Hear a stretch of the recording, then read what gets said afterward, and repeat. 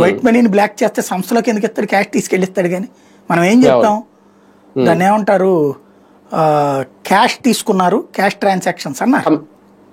మరి cash తీసుకున్నోడు cash ఇస్తాడు కానీ అకౌంట్స్ ఓపెన్ చేసి మళ్ళీ వైట్ చేసుకునేది ఎందుకు? కాబట్టి ఇక్కడ వీళ్ళు ఏంటంటే వ్యాపారాల్లో ఉండే లొసుగులను అడ్డం పెట్టి వైసీపీకి సంబంధించిన నాయకుల యొక్క వ్యాపారాలు ఆర్థిక మూలాలు దెబ్బతీసే ఎత్తుగడ ఇది. దీన్ని అడ్డం పెట్టి వీటన్నిటి మీద ఈడీ విచారణ చేస్తున్నాను చెప్పి వాడికి వ్యాపారాలు చేయలేడు. జగన్ లాంటోడే నానా తిప్పలు పడ్డాడు. సాక్షికి జీతాలు ఇవ్వలేని పరిస్థితుల్లో కోర్టులో వేసి తీసుకోవాల్సి వచ్చింది అప్పట్లో తన మీద కేసుల టైంలో.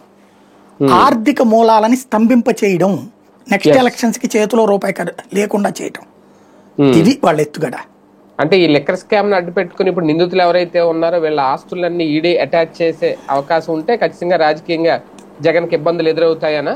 అంతే కదా, సడన్ గా ఫైనల్ స్టేజ్ కి వచ్చేసరికి ప్రముఖులైన వాళ్ళు పెద్దిరెడ్డి, మిథున్ రెడ్డి, చెవిరెడ్డి ఇట్లాగా జగన్ చుట్టూ ఉన్న వాళ్ళ వ్యాపారాలు స్తంభింప చేస్తే వాళ్ళందరూ తీవ్ర వ్యతిరేకత రావాలి, అది ఎత్తుగడ.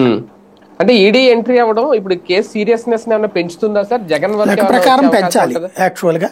కానీ ఈడీ ఇప్పటిదాకా చేస్తున్న విచారణ అంతా వ్యాపారాల రూట్ లో పోతుంది తప్పించి పొలిటికల్ రూట్ లోకి రాలా. లైక్ చంద్రబాబు గారి స్కిల్ స్కామ్ లాగానే నడుస్తుంది. అందులో